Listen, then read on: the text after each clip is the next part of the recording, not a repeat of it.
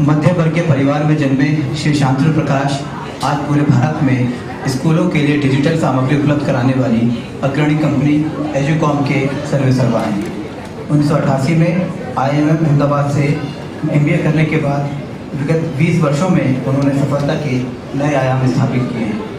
भारत के प्रतिष्ठित Shri Ram college of commerce से BCom करने वाले शांतनु ने बहुत कम उम्र में ही समझ लिया था कि उद्यमिता ही उनके जीवन की पुकार है। उन्होंने इवेंट मैनेजमेंट कंपनी शुरू की, फिर स्कूलों में कंप्यूटर लैब स्थापित करने की कंपनी बनाई, जिसने आज की एजुकॉम का मार्ग प्रशस्त किया। मैंने 1988 में श्री राम कॉलेज से BCom की थी, तो वो मेरे सीनियर हैं। मैं उनसे अनुरोध करता हूँ कि आएँ और अपने विचार करें। Thank you. जैसा कि रश्मि ने, संजीव ने, श्री रामन ने काफ़ी कुछ आपको बताया कि एंटरप्रेन्योरशिप के बारे में, मैं सिर्फ इतना कहना चाहता हूँ कि भारत में पिछले 10 सालों में बहुत बड़ा परिवर्तन, बहुत बड़ा ट्रांसफॉर्मेशन हुआ है। और ये जो ट्रांसफॉर्मेशन हुआ है, ये 3-4 ऐसे क्षेत्र हैं जिसमें हुआ है।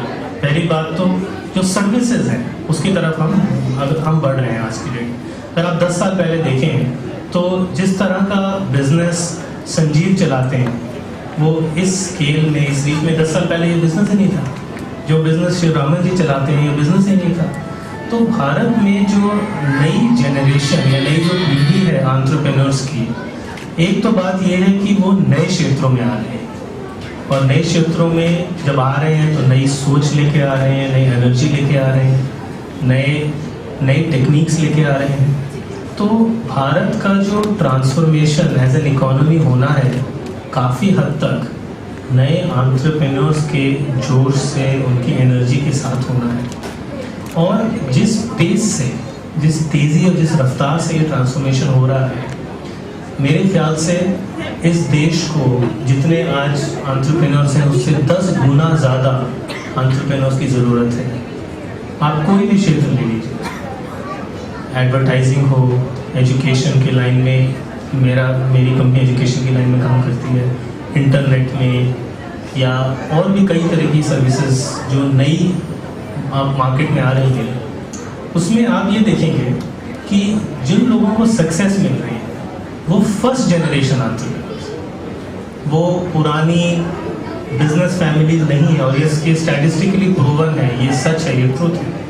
तो ऐसा क्यों हो रहा है? अगर हम इसमें थोड़ा अंदर इसके जाके अगर हम देखें तो हम ये पाएंगे कि जब आप एक नई चीज़ शुरू करते हैं, एक फ्रेश थिंकिंग के साथ, एक क्लीन स्लेट के साथ, तो आपके पास कोई पुराना बैगेज नहीं होता। जब आपके पास कोई पुराना बैगेज नहीं होता और साथ में ज़्यादा पैसे भी नहीं होते, तभी इनोवेशन और इन्वेंटिवनेस का जन्म होता है कि नहीं?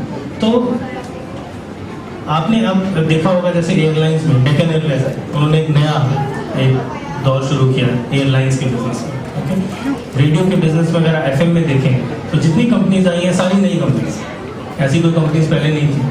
अगर आप टेलीविजन प्रोग्रामिंग में देखें, अगर आप इंटरनेट के क्षेत्र में देखें, कितने सारे एंटरप्रेन्योर क्षेत्र में आ चुके हैं। तो जहाँ तक जो बड़े बिजनेस हाउसेज हैं, बिरला, टाटा, रिलायंस एक्सेट्रा, ओके, उनकी डेफिनेटली इंडियन इकोनॉमी में जगह है। लेकिन मेरा ये मानना है कि अगले 5 साल में, 10 साल में ज़्यादा से ज़्यादा वेल्थ क्रिएशन जो इंडिया में होगा वो नए एंटरप्रेन्योर्स के, नए एंटरप्राइजेज और नए उद्यम के साथ होगा। तो शिवरामन जी ने सही कहा कि इसके लिए आपको पूंजी की ज़रूरत नहीं है, फाइनेंशियल कैपिटल की ज़रूरत नहीं है, डेफिनेटली आपको इंटेलेक्चुअल कैपिटल की ज़रूरत है।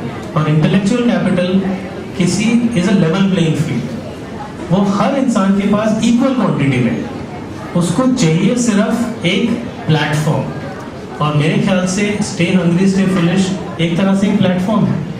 कई लोग ईमेल लिखते हैं कि उनको एक जीवन में नई इंस्पिरेशन मिली किताब पढ़ के, लोगों ने नौकरी छोड़ दी, लोगों ने अपने जीवन का एक जिस पाथ पे जा रहे थे वो पाथ बिल्कुल बदल दिया। तो मेरे ख्याल से अगर कल एक भारत में हिस्ट्री लिखी जाएगी एंटरप्रेन्योरशिप के बारे में, तो डेफिनेटली उसमें रश्मि का और इस किताब का ज़रूर एक बहुत बड़ा। तो यहाँ पे अगर कोई भावी ऐसे लोग हैं जो सोच रहे हैं कि अब हम ये नौकरी छोड़ें, जो भी नौकरी आप कर रहे हो, और हम एक बिजनेस शुरू करें, तो आज की डेट में 2009 में सितंबर में ये सबसे अच्छा महीना है in the history of India कि आप इसको बिल्कुल आज ही शुरू कर दें, क्योंकि इसमें फेलियर के चांसेस बहुत कम हैं। कई लोग सोचते हैं कि एंटरप्रेन्योर बनना बहुत रिस्की चीज़ है, हम फेल हो जाएंगे, क्या हो जाएगा। मेरे ख्याल से एंटरप्रेन्योर ना बनना बहुत रिस्की चीज़ है। अगर आप रियली अगर आप सोचें तो आपको क्या जॉब में कोई बहुत बड़ी सिक्योरिटी आज की डेट में है या नहीं है? कितने लोग सोचते हैं कि जॉब है तो बिल्कुल सिक्योर जॉब है।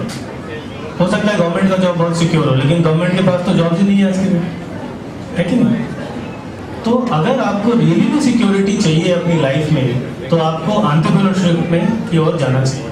अगर आप मेरा इसमें जो चैप्टर है वो पढ़े हैं, तो उसमें मैंने यही कहा है कि अगर आप मैथमेटिकली कैलकुलेट करके देखें तो एंटरप्रेन्योरशिप, जो कि लोग समझते हैं बहुत रिस्की है, उसमें आपको ज़्यादा प्रॉफिट, ज़्यादा मुनाफा है, ना कि कोई पर्टिकुलर जॉब करके। डेफिनेटली जो लोग जॉब करते हैं, मैं ये नहीं कह रहा कि that is something wrong, but मैं कई लोगों से मिलता हूँ हर हफ्ते जो कि जिनका जो पोटेंशियल है वो उनके जो अभी फिलहाल वो जो जॉब कर रहे हैं उसमें पूरी तरह से कैप्चर नहीं होता। और कई लोग ऐसे मिलते हैं जो कहते हैं कि हम बस, हमारे पास ये बिजनेस आइडिया, हम बस अभी शुरू करना चाहते हैं, लेकिन हमें थोड़ी सी प्रेरणा की ज़रूरत है।